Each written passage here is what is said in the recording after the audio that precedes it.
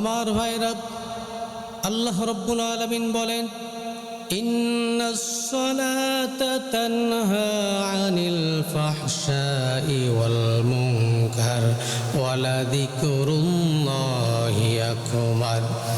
নিশ্চয় নামাজ মানুষের অন্যায়, অপকর্ম, পাপের কাছ থেকে নামাজ মানুষকে বিরত রাখে।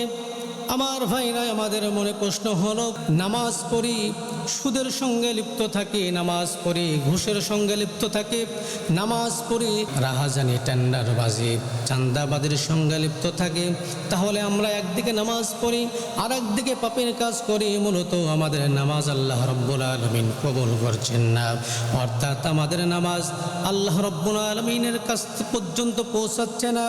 এই জন্য আমার ভাইরা, নামাজ পড়ি, অন্যায় অপকর্ম থেকে বিরত থাকতে পারি না। আমার ভাইরা, নামাজের মধ্যে খারাপ চিন্তা আসতেই পারে, আর এই নামাজের মধ্যে খারাপ চিন্তা ধারণা আসলে পরে আমাদের করণীয় কি?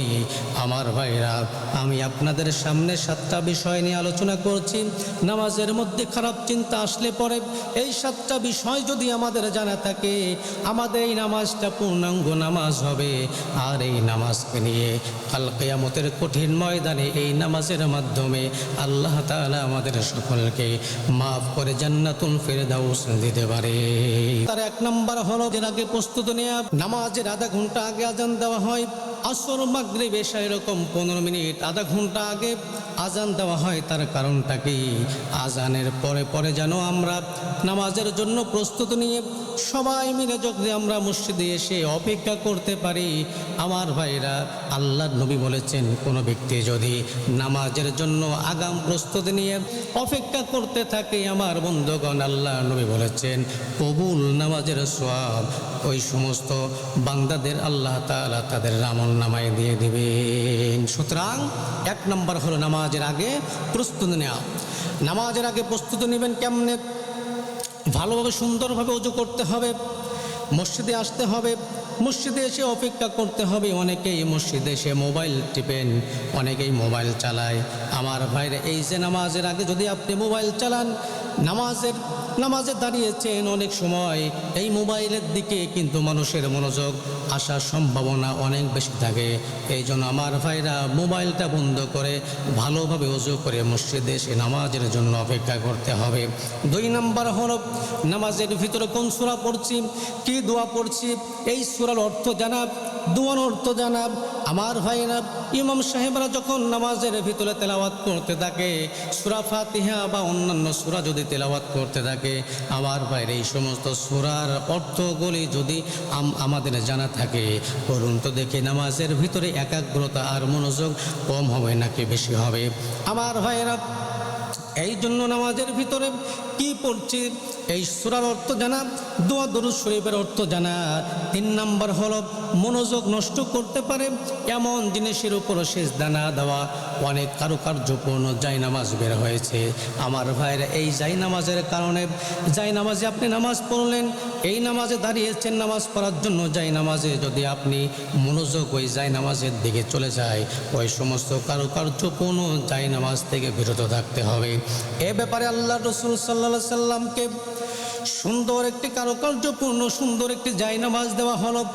আল্লাহ রাসূল ওই জায়নামাজকে তিনি তা ব্যবহার করলেন না। ওই সাহাবীকে ডাক দিয়ে বললেন, এই আমার সাহাবী, এত সুন্দর কারুকার্যপূর্ণ জায়নামাজ আমার দরকার নাই। এই জায়নামাজের কারণে হয়তো অনেক সময় নামাজের ভিতরে সেই জায়নামাজ, সুন্দর জায়নামাজের দিকে মনোযোগ চলে যেতে পারে। এই জন্য আমার ভাইরা, মনোযোগ নষ্ট করে এমন কোনো জিনিসের উপর সিজদা দেওয়া যাবে না। 4 নম্বর হলো, রুকু সিজদাতে বৈচিত্র্য আনা। রুকু সিজদাতে বৈচিত্র্য মানে রুকু সিজদাতে নতুন নতুন তাসবিহ তেলাওয়াত করা। সুবহান রাব্বিয়াল আলা, সুবহান রাব্বিয়াল আযীম পড়ছেন, পাশাপাশি আপনি পড়তে পারেন সুবহুন কুদ্দুসুন রাব্বুনা ওয়া রাব্বুল মালাইকাতুর রূহ। এভাবে নতুন নতুন দোয়া, নতুন নতুন জিকির এবং দোয়া আমার ভাইরা রুকু এবং সিজদার ভিতরে আমরা তেলাওয়াত করতে পারি।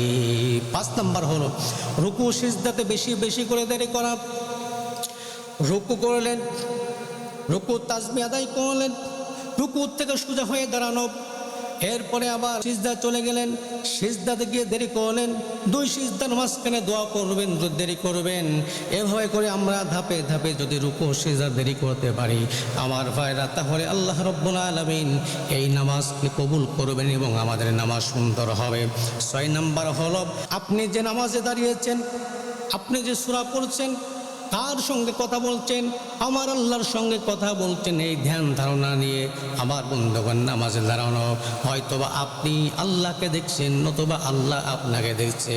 আপনি আল্লাহ তাআলার কথা শুনছেন, নতুবা আল্লাহ তাআলা আপনার কথা শুনছে। এরকমভাবে যদি একাগ্র চিত্র যদি আল্লাহ তাআলা হাজির নাজিরকে জেনে যদি আমরা নামাজ আদায় করতে পারি, অবশ্যই আমাদের এই নামাজ আল্লাহ তাআলা কবুল করবেন। 7 নাম্বার হলো, নামাজের মধ্যে যদি মনোযোগ ছুটে যায়, করণীয় কি? নামাজের ভিতরে যদি আপনার আমার মনোযোগ ছুটে যায় আমার ভাইরা, সঙ্গে সঙ্গে আবার নামাজের ভিতরে আবার মনোযোগ আনতে হবে।